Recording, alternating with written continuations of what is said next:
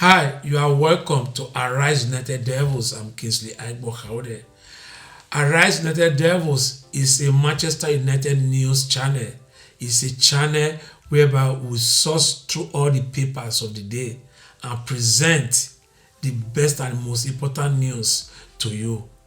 And as usual today, there are a lot of news about Manchester United. So, without much ado, let us now dive straight into the news. I'm confident Eric Ten Hag has told Ineos how many new signings he needs to revive Manchester United.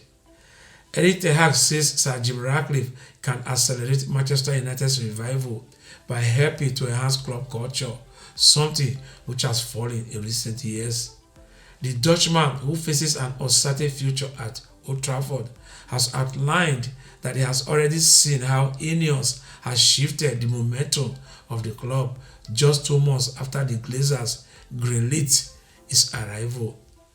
Ratcliffe has already appointed Manchester City chief Omar Berrada as United's new CEO and is due to hold talks with Newcastle's Dan Ashworth regarding a sporting director role. Ineos is also looking to acquire Southampton technical director JC Wickers. Players have often underlined how Ten Hag has helped to raise standard level since his arrival, and the manager highlighted how this high benchmark has dropped in recent years.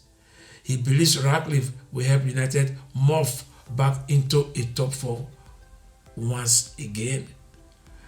I think, especially on the performance side, Ineos can help us a lot to build a culture and a high standard. They have to BBC Sport. They can accelerate the process. I think this club has fallen in standards, but now we are back and I've already seen some examples how they can really support us to set that right standard. The Manchester Evening News understands that Ratcliffe is not fully sold on Ten Hag as United's long-term manager amid a draft season, despite securing the Carabao Cup and the top 4 finish last year. Brighton boss Roberto De Zerbi is on a short list of potential alternatives. Ten Hag has faced increasing pressure since the early Champions League exit. Albeit has seen his side lose just once in 9 matches since the turn of the year, some of those being wins. He says that adding a handful of signings to the squad under Ratcliffe this summer will take the club to the next level. Speaking about the team's progression, Ten Hag added, I think we have seen glimpses over the last week from a very dynamic and proactive attacking football. We have young players coming in and developing, progressing in the right direction. And we are building a team, and I'm confident we add 1 or 2 players more, this team can be very strong for the future.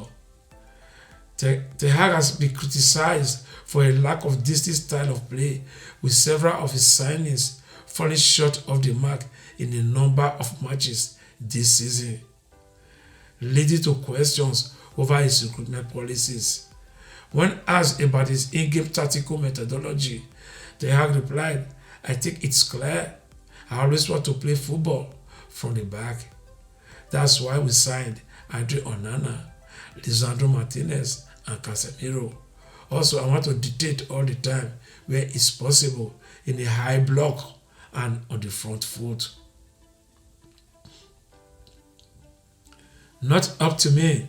Eric Ten Hag sends Kobbie Mainoo Man United future message as rivals high star. That is the headline of the next story of the day. Eric Ten Hag has challenged Kobbie Mainoo to continue elevating his performance levels after a breakthrough year in the Manchester United first team.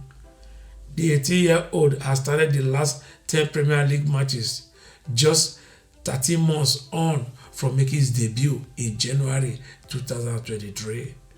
He has now tallied 20 senior appearances for United, and his displays have stoked talk of an England call-up for this month's friendlies against Brazil and Belgium. Ten Hag has refrained from sending a message to Gareth Southgate about such a decision. However, he says Mainoo has vast potential and he feels responsible for ensuring that it is fulfilled. Asked about whether the teenager should receive an England call, Ten Hag told BBC Sports, "It's not up to me."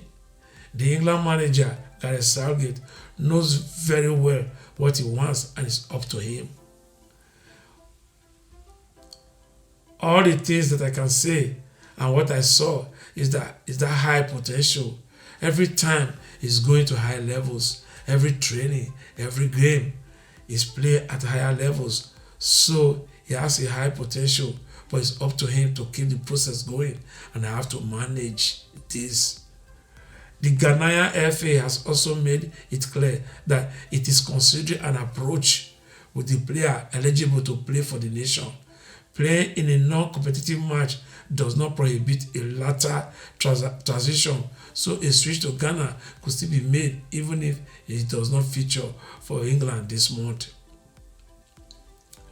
Mainoo is one of 3 young first-team regulars, with 19-year-old Alejandro Garnacho and 21-year-old Rasmus Højlund also impressive.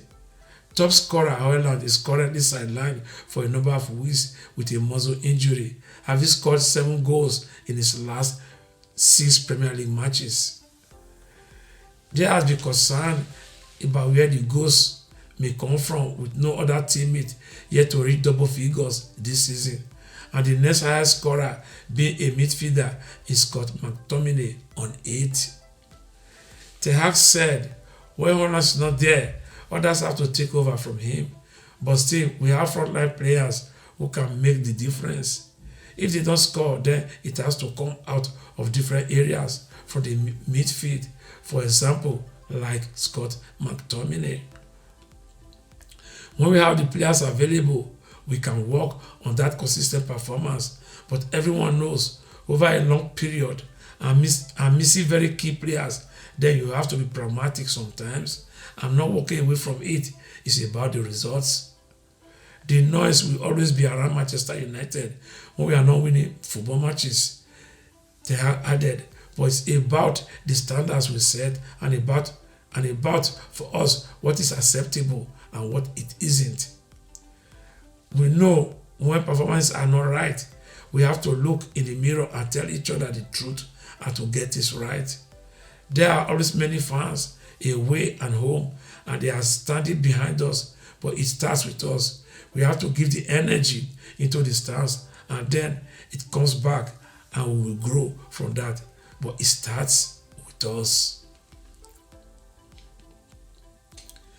Man United's clever Kobbie Mainoo's clauses ease concerns over a new contract. That is the headline of the next story. Manchester United have included clauses in Kobbie Mainoo's current contract that will see him collect pay increases, ultimately easing concerns over his future. Mainoo has been one of the success stories in what has been an indifferent season for the Red Devils. The teenager had been on the radar, but he has made himself a regular after impressing on his field debut against Everton. He also underlined his quality with a late winner at Wolves. United knew they had to protect their asset, and football director John Murtock decided last February to agree to a deal that runs to 2027 with the option of an extra year. That deal included built-in pay rises depending on performance, which means all parties are very happy with the current situation, reports The Athletics. Mainoo is firmly in the first-team picture, with Erik ten Hag continuing to put his faith in the teenager. Those performances have seen Mainoo linked with an England call-up. Three Lion boss Gareth Southgate is keeping tabs on the midfielder, although being involved in the under-21 setup is more likely in the immediate future. Southgate said last month he is doing brilliantly. I'm not certain he's necessarily going to be a defensive midfielder as such. He's quite a progressive player, but he's had a fabulous start to his career, and it will be good to monitor him as we go forward.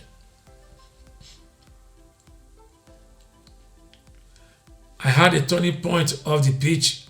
Ade Onana opens up on overcoming struggles at Manchester United. That is the headline of the next story. Ade Onana insists he has had a turning point off the pitch in his Manchester United career after a mentally difficult first 7 months at the club. The goalkeeper admitted he has struggled with the adaptation process since his £47.2 million move from Inter Milan in July, having described the switch from Ajax to Milan in 2022 as easy. The 27-year-old endured a chastening first half of the season when he was blameworthy for costly goals in United's Champions League group stage campaign, and his goalkeeping technique was questioned in the wins against Wolves and Aston Villa last month. Onana was also recalled to the Cameroon squad in September after a 9-month exile, but he only appeared in one of their 4 Africa Cup of Nations games in January, having been dropped after the 3-1 group stage defeat to Senegal. Several United teammates have supported Onana through a gaudy period, and he is also grateful for the backing of the supporters. Everything was new. It was difficult for me to feel at home because of so many reasons. New country, now I feel very good. I don't want to talk about performance because I know the goalkeeper I am. For me, the most important thing is to be set, to be happy, and I will shine. I don't think so. Onana replied when it was suggested he had mentally beat himself up, but it was just moments. Sometimes you are faced with a difficult situation. I had a difficult 6 or 7 months, just feeling good, not playing good because I didn't think I started to play good. So it was just something strange, I don't know. It was a good time for me to learn because I learned a lot at that time. Playing the final of the Champions League and being knocked out in the first stage after a few months later, it was a big lesson for me. Now I think I have everything on my back. Learn it, move on, and try to be happy. That is the most important thing. My teammates, they always reminded me who I am and the goalkeeper I am and why I came to the club. They told me, Andre, it took some players 2 years, for others 6 months, and others no time. You have the personality to turn the situation around. They always believed in me and told me from the beginning, Andre, the quality is there. It's just a matter of time. I'm very happy, especially with the supporters, the fans. They were nice with me, even in difficult periods, and I'm very thankful. I can only thank them. Manchester United's next big thing, who England are desperate to keep from Nigeria. That is the headline of the next story. An 18-year-old player at Manchester United is already being eyed by England as a potential future star. If the Three Lions can stop him from representing Nigeria instead. Habib Oguneye hasn't made his first senior debut for the Red Devils yet and might not be well known to the average football fan. But those who coach him at United's charity training ground speak highly of him. In fact, Lee Castley, the boss of England under-21, has identified him as a potential future star. Oguneye, who was on the bench for United during their FA Cup victory at Nottingham Forest this week, has played for England under-17s 3 times. However, he also has Nigerian roots and could play for the Super Eagles. This means that England will want to keep him in their international youth system, hoping to see how he develops through the age groups. Meanwhile, his progress at club levels seems to be going well. He may have to wait for his few debut at United, given the excellent performances of right back Diogo Dalot this season. But Eric Ten Hag has been closely monitoring the fullback and believes he has what it takes to succeed at Old Trafford. Oguneye, 18, has been gradually making his mark at United. He was invited to train with the first team ahead of the Forest game due to a number of injuries in defense. Although he usually plays as a right back, he hopes to become an attacking wing back in the future. In 2022, Oguneye signed his first professional contract with United and has been a regular player for the under 21 team under the guidance of Coach Travis Bineu. He is good friends with Kobbie Mainoo and is inspired by Mainoo's quick move to the first team this season. Oguneye, who was born in London, made his debut for United's under-18s in 2021 when he was just 15 years old. Last season, he played in the UEFA Youth League for United and has 3 assists in 36 appearances for the under-21 team. Over the past few days, United have heard about the promising young players emerging at their rivals, Liverpool.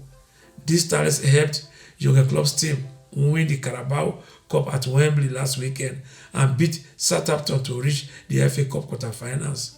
However, it seems that United also have some future stars to be proud of, and it might not be long before the world of football starts hearing more about one of them, Oguneye.